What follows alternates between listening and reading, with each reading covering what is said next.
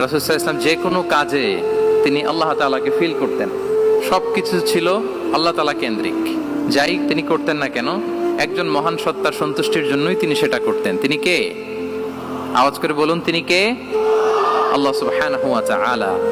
তার সন্তুষ্টির জন্যই তিনি সব কিছু করতেন এবং সব সময় তিনি এটা ফিল করতেন যে আমার আসল ভরসা স্থল হচ্ছে আল্লাহ তাআলা।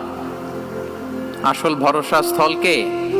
আল্লাহ তাআলা। এবং আল্লাহকেই তিনি ওনার নিজের অভিভাবক হিসেবে সবসময় চিন্তা করতেন।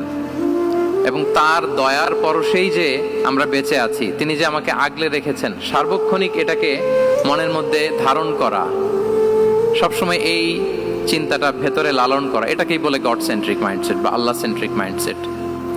এই মাইন্ডসেটের অধিকারী যদি আপনি হতে পারেন, আপনি একটা ডিভাইন পাওয়ার শিল্ডের ভেতরে থাকবেন, একটা ডিভাইন প্রোটেকশনে থাকবেন।